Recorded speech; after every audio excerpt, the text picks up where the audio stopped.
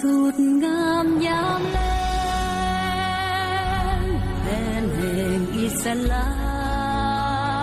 มภูผ้าป่าดงคงพานาปีนาอ่อนโซดอกไม้สับสนแสงสะอ้อนส่องกลิ่นหอมหวนสุนศาสตร์ทั้งมวลมีสีเสรีรวมสามัคคีเป็นพี่น้องเดียวต่อสู้เด็กเดียวสร้างสี